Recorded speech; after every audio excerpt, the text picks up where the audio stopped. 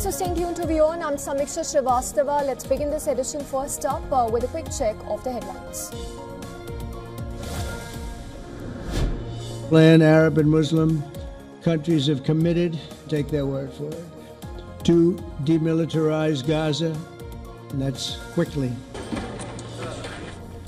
President Donald Trump proposes a 20-point peace plan to end the war in Gaza with backing from Israel and Arab leaders.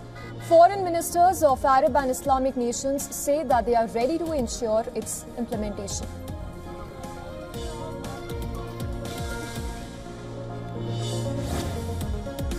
So it will be headed by a gentleman known as President Donald J. Trump of the United States. That's what I want to say. Takes a long time. President Trump says his plan calls for the Board of Peace temporarily supervising Gaza's governance. The body will be headed by Trump and include world leaders, with former UK Prime Minister Tony Blair already named as a member.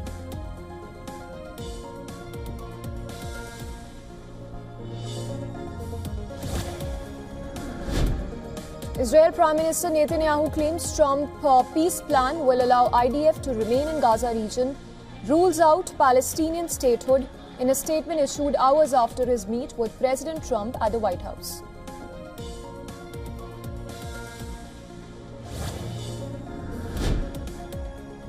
Labour leader and Manchester Mayor Andy Burnham plays down leadership bid, admitting he is unable to challenge Prime Minister Keir Starmer without being an MP back Starmer to stay as Labour leader.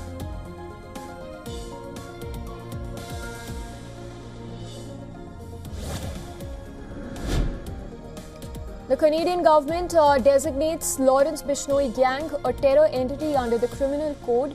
Lawrence Bishnoi is currently jailed in India's Gujarat state.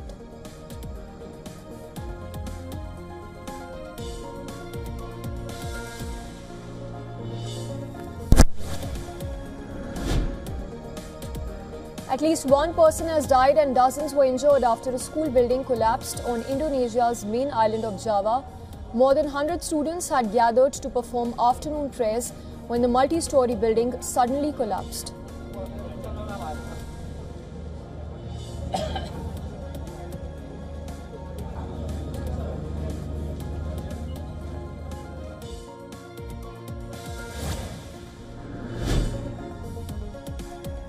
Gold prices surged to a new high on Tuesday, heading for their strongest monthly gain in 14 years, driven by US government shutdown fears and rising expectations of more interest rate cuts, boosting demand for the safe haven asset.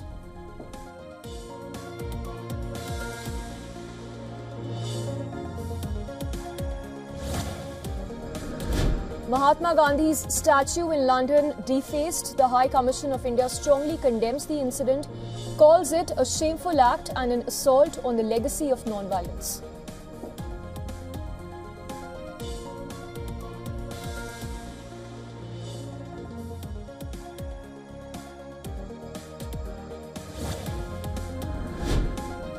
Nepal stunned two-time world champions West Indies by a record 90 run and win their T20I series 2-0 with a match to spare. This is Nepal's first ever bilateral series win against Test playing nation.